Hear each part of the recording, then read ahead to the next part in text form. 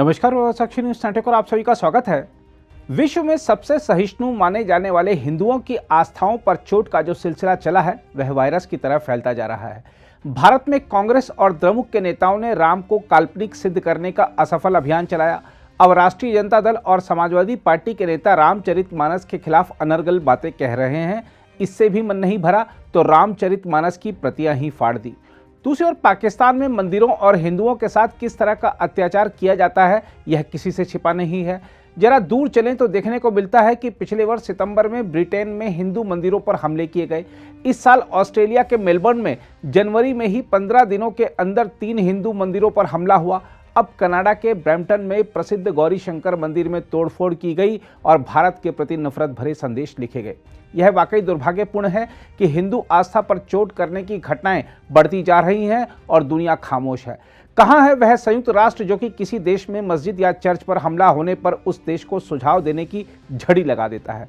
कहाँ है अमेरिका की सरकार जो हर साल रिपोर्ट जारी कर बताती है कि कौन से देश में कितनी धार्मिक स्वतंत्रता है?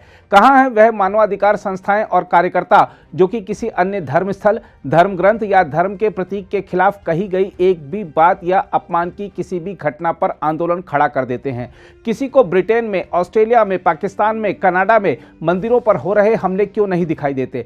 हिंदुओं के आराध्य देवी देवताओं की मूर्तियों को नुकसान पहुंचने पर किसी का दिल क्यों नहीं पसीजता? ऐसे लोगों को समझना होगा कि वह इतिहास को ही भविष्य मानकर बड़ी भूल कर रहे हैं। इतिहास में भले आक्रांताओं द्वारा हिंदू मंदिरों को जीर्ण शीर्ण करने की घटनाएं भरी पड़ी हों, लेकिन भूतकाल में जिन धर्मस्थलों को अपवित्र किया गया है उनकी पुनर्स्थापना का जो अभियान चल पड़ा है वह देश तक सीमित नहीं रहेगा बल्कि वैश्विक रूप लेगा।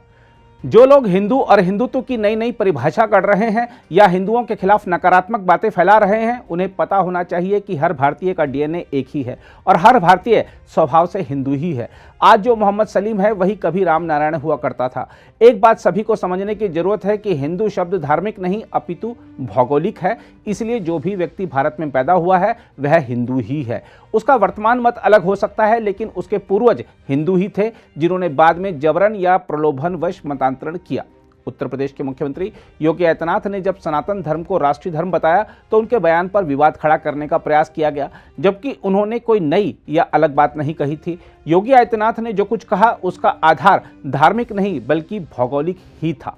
साथ ही सनातन धर्म को राष्ट्रीय धर्म बताने को जो लोग भारत के संविधान का अपमान बता रहे हैं वह दरअसल गलत व्याख्या कर रहे हैं। भारत का संविधान सर्वोच्च है और उसे किसी एक धर्म से ना ही जोड़ें तो अच्छा है। बहरहाल यह सभी को समझने की जरूरत है कि सिंधु नदी के इस पार रहने वाला हर व्यक्ति हिंदू है और भले आज वह किसी भी मत का पालन करता हो लेकिन कभी ना कभी वह सनातनी ही रहा है।